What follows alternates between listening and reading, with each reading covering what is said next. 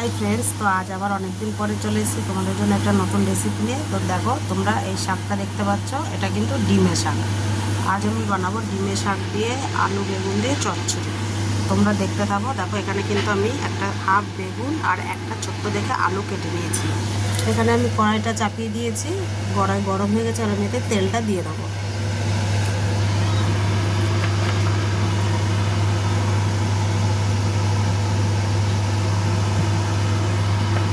দেখতেই পাচ্ছ, তেলটা গরম হলে আমি কিন্তু এতে আলু বেগুনটা দিয়ে দেবো। তো দেখো, তেলটা কিন্তু আমার গরম হয়ে গেছে। এবার এতে আমি এই কেটে রাখা আলু বেগুন আর 3টে কাঁচা লঙ্কা দিচ্ছি, এটা আমি দিয়ে দেবো।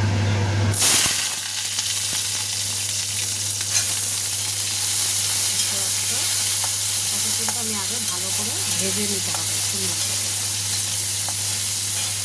তো এবার আমি এতে দিয়ে দেবো সামান্য লবণ। এটা স্বাদ অনুসারে লবণটা তোমরা তোমাদের আন্দাজ মতো দেবে। আর দিয়ে দেবো সামান্য হলুদ। এটা দিয়ে আমি ভালো করে মিক্স করে নেব।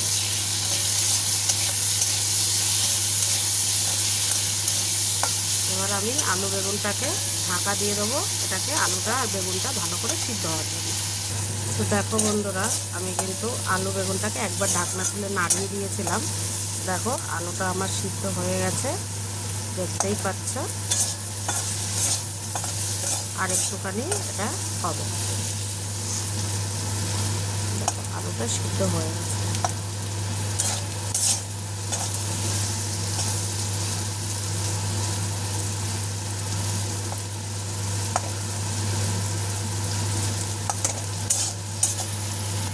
তো আলুটা পুরো হয়ে গেছে।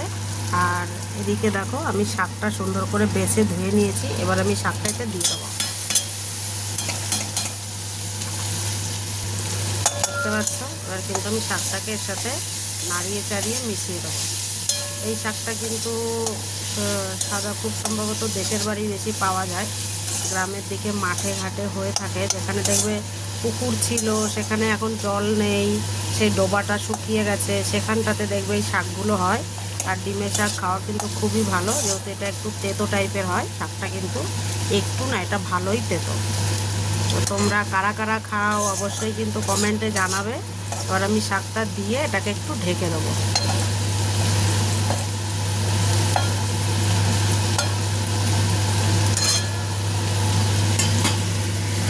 শাকটা যেহেতু দিয়ে দিয়েছি, এবার আমি এটাকে আরেকবার ঢেকে দেবো। তো দেখো, আমি কিন্তু ঢাকনাটাই সবে উঠালাম।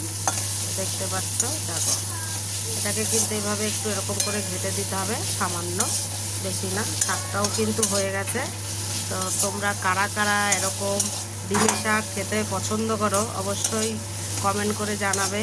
আর ভালো লাগলে লাইক, কমেন্ট, শেয়ার, সাবস্ক্রাইব করতে একদমই ভুলবে না। আর এইভাবে তোমরা কিন্তু এটাকে বাড়িতে বানিয়ে খেতে থাকো।